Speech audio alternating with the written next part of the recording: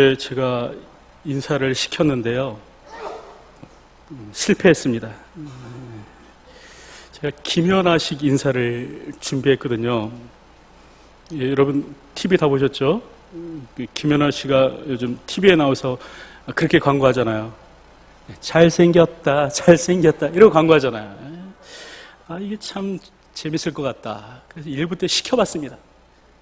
그랬더니 그냥 예배 분위기가 썰라. 제가 무리수를 두었구나 라는 생각을 했는데요.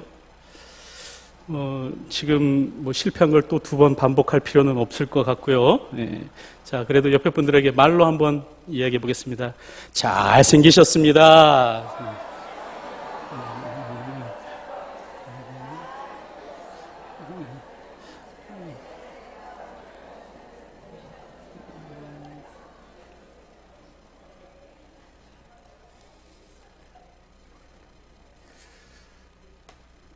그 보코히람이라는 그런 단체 있잖아요.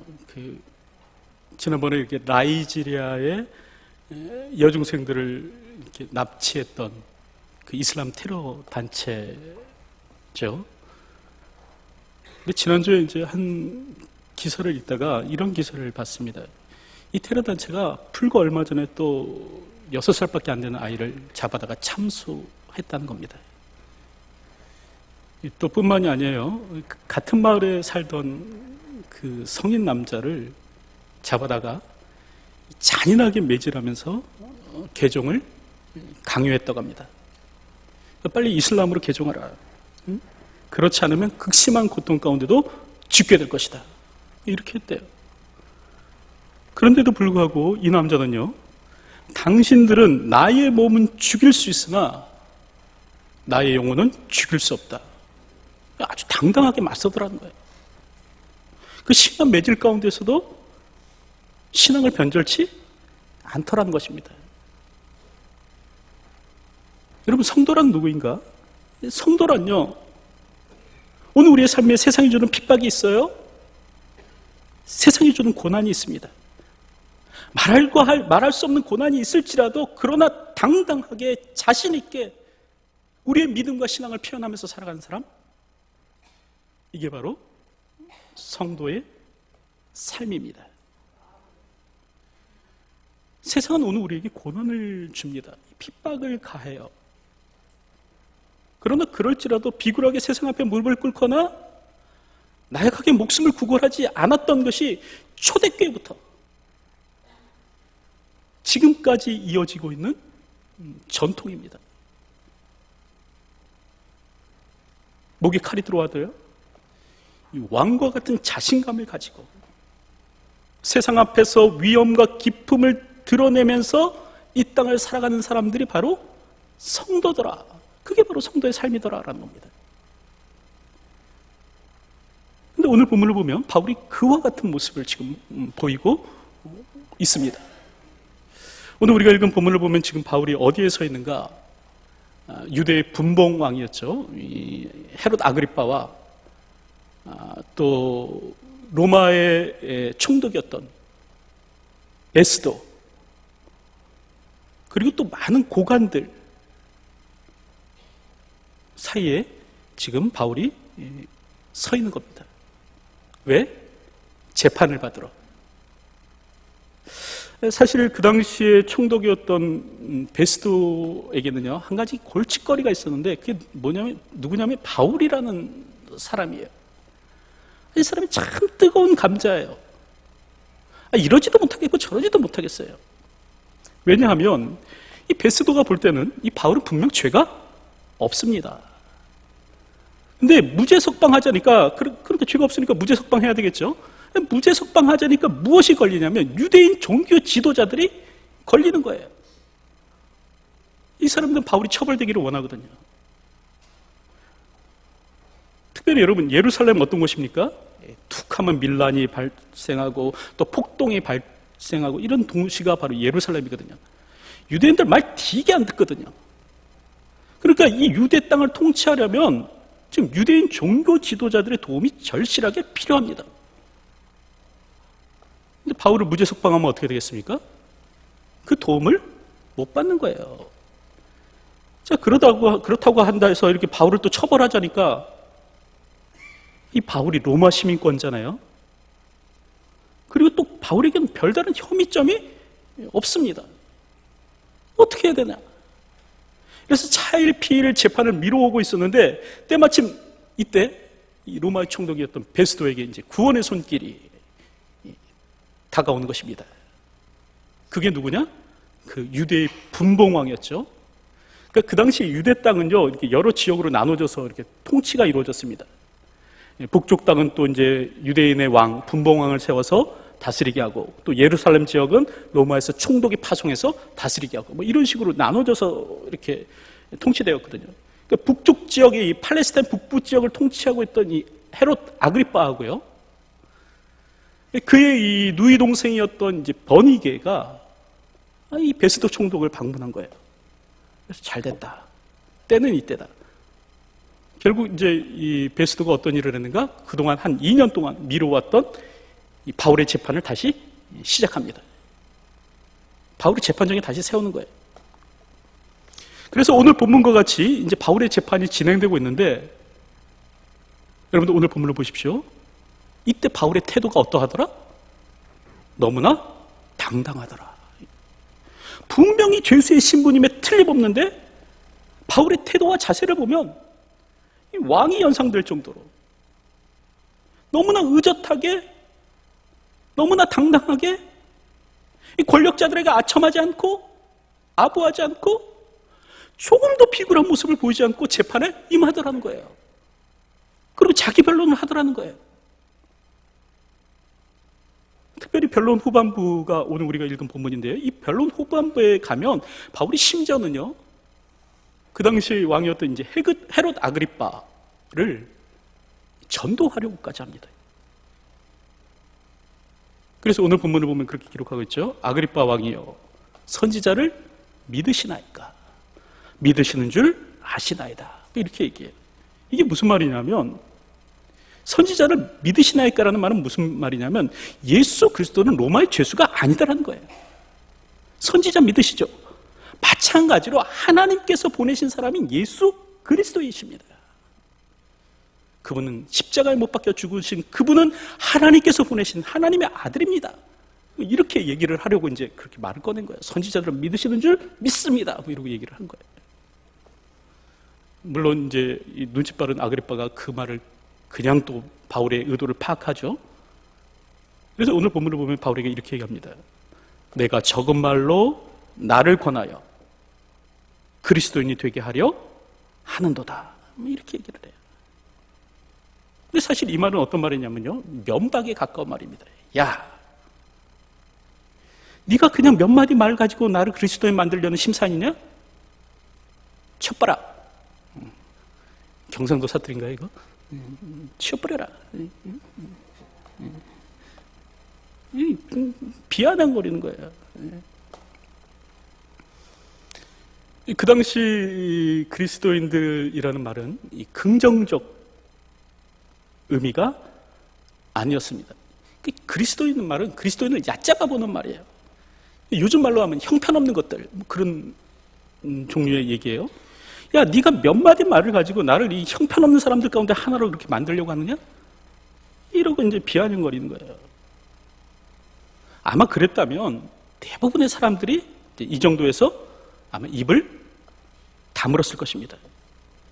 근데 오늘 본문을 보니까 바울은 어떡하다? 이런 말에 주눅들지 않고요, 그 어디에서도 재수의 비굴함을 드러내지 않고 이렇게 말하는 거예요. 말이 적으나 많으나 당신뿐 아니라 오늘 내 말을 듣는 모든 사람도 다 이렇게 결박된 것 외에는 나와 같이 되기를 하나님께 원하나이다. 이렇게 얘기를 하는 거예요. 여러분 한번 상상해 보십시오. 지금 상대는요, 세상의 권력자예요. 뭐 나는 새도 떨어뜨린다는 왕이에요. 지금 그는 자주색 왕복을 입고 있고요, 이 높은 재판대 위에 서 있습니다. 그리고 바울을 근엄한 얼굴로 지금 내려다보고 있는 상황이에요. 그는 세상의 모든 권세를 가졌으며 불을 가진 사람입니다.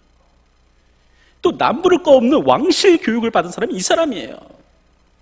전혀 평민과는 다른 삶을 살았던 사람이 이 사람이에요. 자, 그렇다고 한다면 분명히 바울이 기가 죽을 만하기도 한데 오늘 성경을 보니까 바울이 어떻게 하더라? 기가 죽지 아니하고 오히려 뭐라고 얘기하다? 나와 같이 되기를 원하나이다. 이러고 얘기를 하는 겁니다. 특별히 여기서 이제 나와 같이 되기를 원하나이다라는 말에는 이제 몇 가지 함축적 의미가 있습니다. 첫째는 뭐냐면, 왕이여, 당신은 나보다 더 나을 것이 하나도 없습니다. 오히려 당신이 부러워해야 될 사람은 바로 나입니다. 그런 의미가 있는 거예요. 또 둘째로 어떤 의미가 있냐면, 예수 없는 왕보다 예수 있는 제수가 되는 것이 훨씬 더 현명한 선택입니다. 이런 의미가 포함되어 있습니다. 예수 없이 이 땅을 통치하는 통치자로서 사는 것보다는 예수와 함께 죄수로서 사는 것이 훨씬 더 복 있는 일입니다. 이렇게 얘기하는 거예요.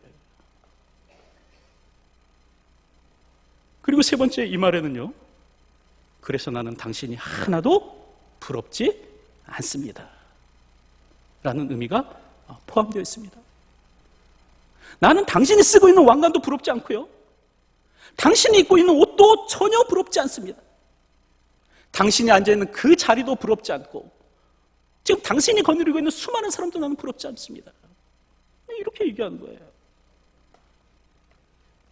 자, 그렇다고 한다면 어떻게 죄수 이 바울에게 이런 당당함과 여유와 기품과 품위가 있을 수 있을까요? 사실 권세자들 앞에서 이렇게 주눅 드는 것이 오늘 우리들의 모습이잖아요. 힘 있는 사람들을 바라보면 자꾸 작아지는 것이 오늘 우리들의 마음이잖아요. 바울이 그러지 않다는 거예요. 오히려 죄수의 신분임에도 불구하고 오히려 왕보다 더한 당당함을 가지고 그렇게 임하더라는 거예요. 뿐만 아니라 이 바울은 세상의 만인이 부러워하는 거 부러워하지 않죠. 왕의 지위 부러워하지 않고요, 왕의 권세 부러워하지 않습니다. 왕이 가진 소유 부러워하지 않고요, 이 헤롯에 대해서, 이 아그리빠에 대해서 어떤 것도 하등의 부러움도 느끼지 않더라라는 것이에요. 저 어떻게 이렇게 살아갈 수 있는가? 어떻게 이렇게 될 수 있는가?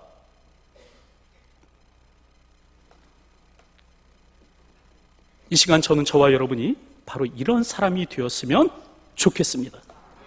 세상의 권세 앞에서 당당할 수 있는 사람, 세상의 허세에 주눅 들어서 꼬리 빠진 강아지처럼 강아지 마냥 깨갱거리는 것이 아니라 오늘도 세상을 집어삼킬 듯한 그리스도의 위세를 가지고 이 땅을 당당하게 살아갈 수 있는 사람, 그런 사람이 되었으면 좋겠습니다. 세상을 두려워해서요, 세상에 아부하고 세상의 권력을 부러워하고 세상의 권세 앞에 무릎 꿇고 살아가는 사람이 아니라 이 땅을 초연한 마음으로 왕과 같은 품위를 풍겨내며 세상의 거짓과 위선에 대해서 맞서 싸울 수 있는 믿음의 사람이 되었으면 좋겠습니다. 자, 그렇다고 한다면 오늘 우리가 이렇게 되려고 한다면 무엇이 필요한가? 여러분, 무엇이 필요하겠습니까? 첫째로요, 여러분, 기준을 바꿔야 합니다. 다시 말하면 세상적 기준을 버리셔야 해요. 세상적으로 봤을 때 바울은요, 초라한 사람 맞습니다. 뭐 인간적 조건을 따지고 보면 초라한 사람 맞아요. 보십시오, 이제 거의 다 50대에 들어서 노인이죠. 그럼에도 불구하고 특별한 부를 일궈놓은 것이 하나도 없습니다. 처자식도 없고요, 변변한 노후 대책 하나 마련되어 있지 않아요. 그리고 지금 밖에는 누가 있는가? 그의 목숨을 노리고 있는 유대인들이 지금 눈에 불을 켜고 기다리고 있습니다. 이 바울을 죽이기 전에는 먹지도 않고 마시지도 않겠다는 사람이 무려 40명이나 있었어요.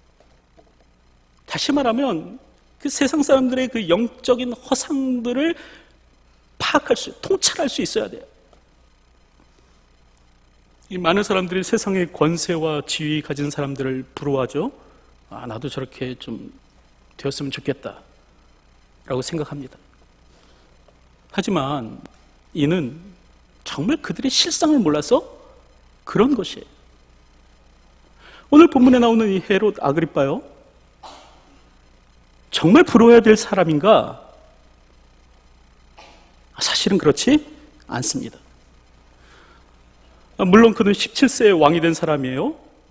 하나 부족함 없이 자라났던 사람이고요.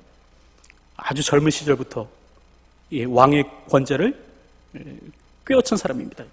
요즘 말로 하면 이렇게 금줄 물고 태어난 사람, 바로 이 헤롯 아그리빠입니다. 하지만 그의 삶을 가만히 들여다보면 그렇게 편안한 삶이 아니었어요. 이 사람은 자신의 왕위를 지키기 위해서 평생 안절부절하면서 그렇게 살아야 됐던 사람이었습니다. 그러니까 누가 내 자리를, 내 권좌를 넘보지 않을까? 맨날 두려움에 떨어야 됐어요. 혹시 암살당하지는 않을까? 혹시 이 자리에서 쫓겨나지는 않을까? 그래서 미심쩍은 사람이 있으면 그냥 다 가차없이 제거해야만 했던 아주 불행한 마음의 사람이었습니다. 뿐만 아니라 이 사람은요, 이제 권좌를 지키기 위해서 어떻게 해야 되냐면 로마의 눈치를 바라보면서 살았어야 됐어요. 그러니까 이 유대인의 왕, 이 분봉왕의 권력은 어디서 오냐면 로마로부터 오거든요. 그러니까 로마 권력자들, 로마의 황제들, 이 사람들에게 아부하면서 살아야만 됐습니다. 그들의 눈밖에 나지 않기 위해서 로마의 비유를 맞추면서 살아갔죠. 그래서 헤롯 일가가 했던 일이 뭐냐면, 그 당시에 보면 도시를 건설했어요. 그 도시 건설하고 거기다 뭐라고 붙였는가? 가이사랴, 또 가이사랴 빌립보, 이러고 이름을 붙였어요. 여러분, 가이사랴라는 말이 무슨 말이에요? 가이사, 시저, 곧 로마 황제를 의미하는 거죠. 그러니까 로마 황제의 마음을 기쁘게 하기 위해서 로마 황제를 위한 도시를 건설해서 로마 황제에게 바치는 일을 했어요. 근데 로마에 아부하면서 비비면서 혹시라도 로마의 미움을 받을까 봐 가슴 졸이면서 이러고 살았던 사람이 헤롯 아그리빠입니다. 뿐만 아니라 이제 오늘 성경을 보면, 오늘 우리가 읽은 본문에 안 나오지만 성경을 보면 이때 이제 아그리빠의 여동생 버니게도 같이 왔다 그랬죠. 이 버니게라는 여인은 어떤 여인인가? 물론 그는 왕족이었어요. 왕의 누이 동생이었죠. 하지만 그녀는 몇 차례 이미 결혼 생활에 실패한 사람이었고요. 오빠에게 얹혀 사는 신세였습니다. 특별히 이 로마 황제가 여행을 왔을 때는 어떻게든 그를 유혹해갖고 한번 정부의 자리를 꿰어찰까, 이러고 사는 여자였고요. 또 그 당시에 소문에 의하면 그 자신의 오빠하고 그렇고 그런 사이다 라고 소문이 났던 여자가 바로 이 여자입니다. 여러분, 삶이 이러하니 한번 생각해 보십시오. 이들의 마음에 무슨 진정한 평화가 있었겠습니까?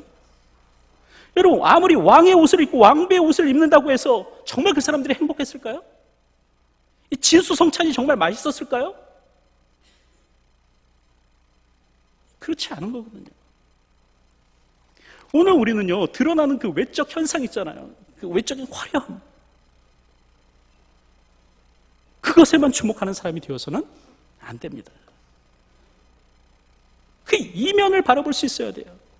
그들 이면에 있는 영적인 황폐함들, 그 영적인 허상들을 볼 수 있는 그런 사람이 될 수 있어야 된다는 것이에요. 돈과 권력을 주었다고 해서 행복이 찾아오는가? 그렇지 않습니다. 이 행복과 평안은요, 돈과 권력으로부터 나오는 것이 아니에요. 만약에 행복과 평안이 돈과 권력으로부터 나오는 거라고 한다면 이 땅의 재벌가의 사람들이요, 가장 행복해야 될 사람들입니다. 하지만 재벌들 행복합니까? 그렇지 않은 것 같아요.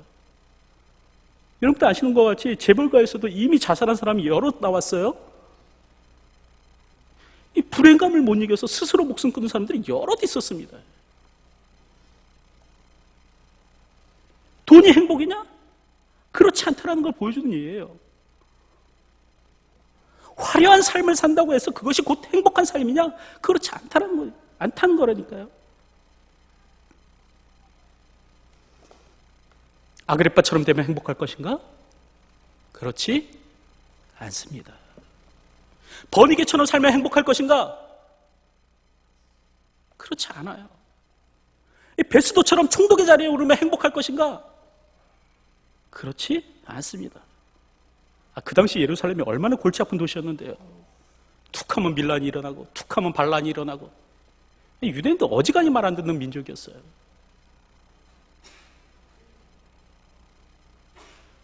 우리는 사물의 외형, 겉모습만 보고 어떤 사람을 부러워해서는 안 됩니다. 그 번지르르 한 모습 있잖아요. 그거 바라보면서 오늘 우리가 기죽어 살아서는 안 된다는 것입니다. 이 본질을 직시할 수 있어야 됩니다. 영적 통찰력을 가지고 바라볼 수 있어야 돼요. 바울은요, 오늘 성경을 보니까 본질을 직시할 수 있는 사람이었습니다. 그래서 바울이 볼 때 이 헤롯 아그리빠는요, 그렇게 부러운 사람이 아니었던 거예요. 되고 싶은 인물이 아니었다는 거예요. 닮고 싶은 사람이 아니었어요. 오히려 바울이 볼 때 이 헤롯 아그리빠는 어떤 사람이었는가? 불쌍한 사람이었고요. 참 안타까운 사람이었습니다. 긍휼의 대상이었어요. 그래서 오늘 우리가 읽은 본문 29절을 보면 바울이 뭐라고 얘기합니까? 당신들도 나와 같이 되기를 원하나이다.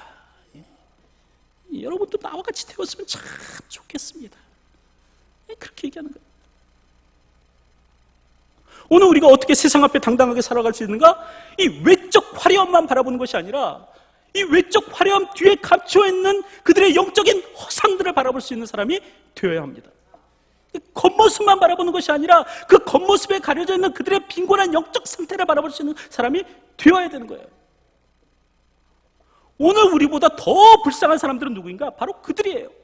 예수 없이 살아가는 사람, 예수님을 모르고 살아가는 사람, 예수 없이 이 땅의 것이 가장 존귀한 것이라고 여기면서 살아가는 그런 사람, 그런 사람들이 가장 불쌍한 사람들이라니까요.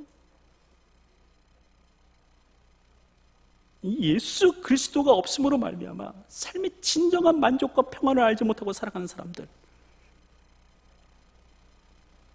이 사람들이 정말로 불쌍한 사람들입니다. 여러분들 영적 허상을, 세상의 허상을 쫓아서 살아가지 마시기 바랍니다. 세상 거 부러워하지 말라는 얘기예요. 그럴 때 오늘 우리는 이 땅의 권세자들 앞에서도 당당할 수 있다.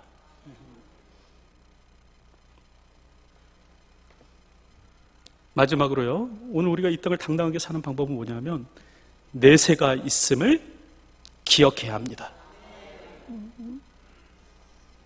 여러분도 잘 아시겠지만 오늘 우리의 삶은 여기서 끝이 아니죠. 이 땅에서의 끝이 아니에요. 오늘 우리가 이 땅이, 이 세상이 오늘 우리가 살다 갈 마지막 장소가 아닙니다. 성경은 오늘 우리에게 내세가 있다고 얘기해요. 하나님 나라가 있다고 얘기를 해요. 그런데 그 하나님 나라는 어떤 곳인가? 전세의 역전이 일어나는 곳이다 라는 것이에요. 세상과 오늘 우리의 처지가 뒤바뀌게 되는 곳이 하나님 나라이다 라고 성경은 이야기를 하고 있는 것입니다. 여러분, 그것을 가장 잘 보여주는 것이 어디예요? 누가복음 16장의 말씀 아닙니까? 누가복음 16장을 보면 한 부제가 나오죠. 성경을 보니까 이 자색옷과 고운 베옷을 입고 살았다고 합니다. 여기서 자색옷은요, 왕족들이 입는 옷입니다. 그러니까 이 사람이 이제 왕과 같이 산 거예요. 왕의 권세를 누리면서 살아가고. 또 고운 베옷은 그 당시에요, 이 고운 베옷 가격이 금보다 2배나 더 비쌌다고 합니다. 그러니까 엄청나게 화려하게 주어진 삶을 산 거죠.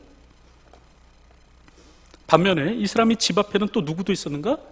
한 거지도 있었다라고 얘기를 합니다. 성경을 보니까 개들이 와서 그 헌대를 핥았대요. 이 사람이 피부병이 있으니까 지나가던 개들이, 또 배고픈 개들이 그 사람에게 와서 이렇게 그 상처난 부위를 핥고 가는 거예요. 또 그런데 그럼에도 불구하고 이 개들을 쫓아낼 힘도 없는 사람이 이제 이 거지입니다. 얼마나 비참한 삶을 살았습니까? 그런데 천국에 가니까 어떤 일이 일어나더라? 전세의 역전이 일어나더라라는 것이에요. 여러분, 이들이 모두 공이 죽어서 하늘나라로 갔는데 이 거지 나사로는 아브라함의 품에서 안식을 누렸던 반면에요, 이 부자는 지옥 불꽃 가운데서 고통을 당하고 있다라는 것이에요. 그리고 그 고통이 어찌나 컸던지 오늘 성경을 보니까 이렇게 기록합니다. 아버지 아브라함이여, 나를 긍휼히 여기사 나사로를 보내어 그 손가락 끝에 물을 찍어 내 혀를 서늘하게 하소서. 내가 이 불꽃 가운데서 괴로워하나이다. 이렇게 얘기를 해요. 이렇게 극도의 괴로움을 겪고 있는 거예요. 이렇듯 전세의 역전이 일어나는 장소가 어디인가? 그곳은 바로 하나님의 나라다 라고 성경은 이야기를 하고 있는 거예요. 하나님의 나라는 어떤 곳이냐면 운명의 역전이 일어나는 거예요. 세상과 오늘 우리의 운명이 뒤바뀌는 곳이 하나님의 나라입니다. 전세의 역전이 일어나고요, 인생의 역전이 일어나는 곳이 바로 이곳이에요. 이곳에서 그동안 울었던 자들은, 애통했던 자들은 웃게 되는 일이 일어날 것이고요, 줄이고 목마르던 자들은 배부른 일이 일어나게 될 것이에요.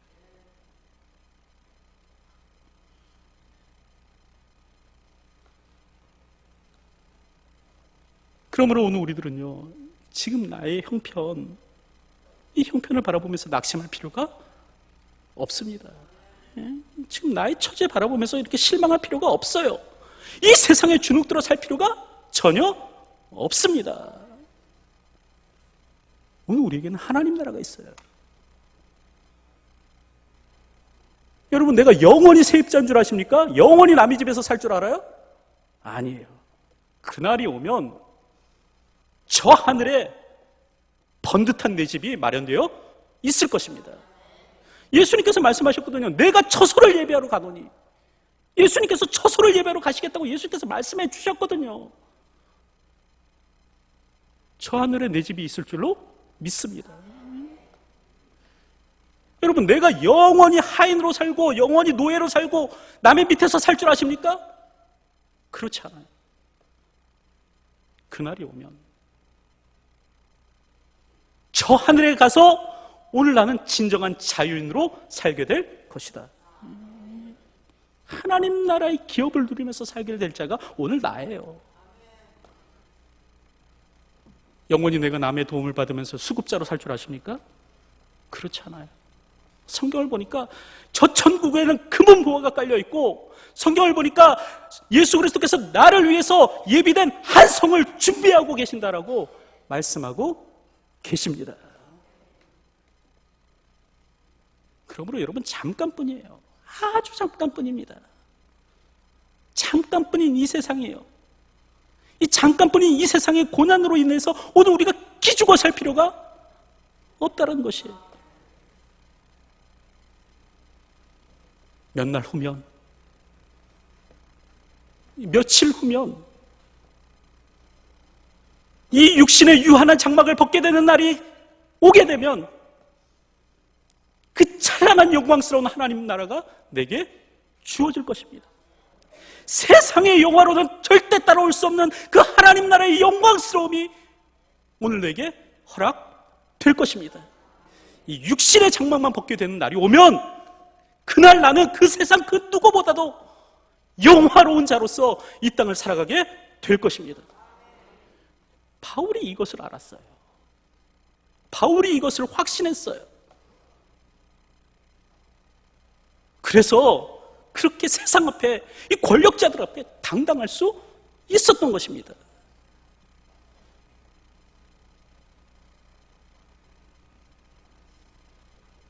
여러분들, 당당하게 사시기 바랍니다. 세상에 기죽을 거 없어요. 누가 기죽어서 살아가는가? 영적 기준으로 자신을 평가하지 못하고요. 이 세상의 성공의 잣대로, 흔히 세상 사람들이 말하는 그 잣대 있잖아요. 권력, 부, 명예 이런 거. 이런 걸로 자신의 삶을 평가하는 사람, 이런 사람이 기죽어 사는 거예요. 또 누가 기죽어서 사는가? 그들의 삶의 허상을 보지 못하고요. 그 외적 화려함만 바라보면서 그들을 부러워하면서 사는 사람, 이 사람이 세상에 기죽어 사는 거예요. 그리고 누가 기죽어서 사는가? 이 내세에 대한 확신, 하나님 나라에 대한 확신이 없으니까 오늘 우리가 기죽어 사는 거예요.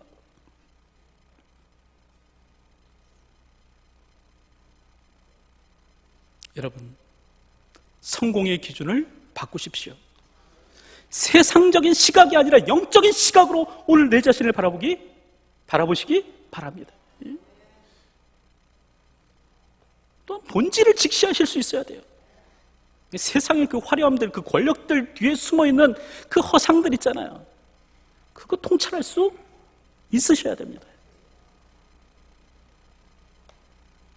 그리고 내세를 사모하십시오. 저 하늘에서 분명히 우리의 운명의 역전이 일어날 것입니다. 오늘도 이 같은 믿음 가운데서 주어진 삶을 살아갈 수 있는 저와 여러분들이 되었으면 좋겠습니다. 기도하겠습니다.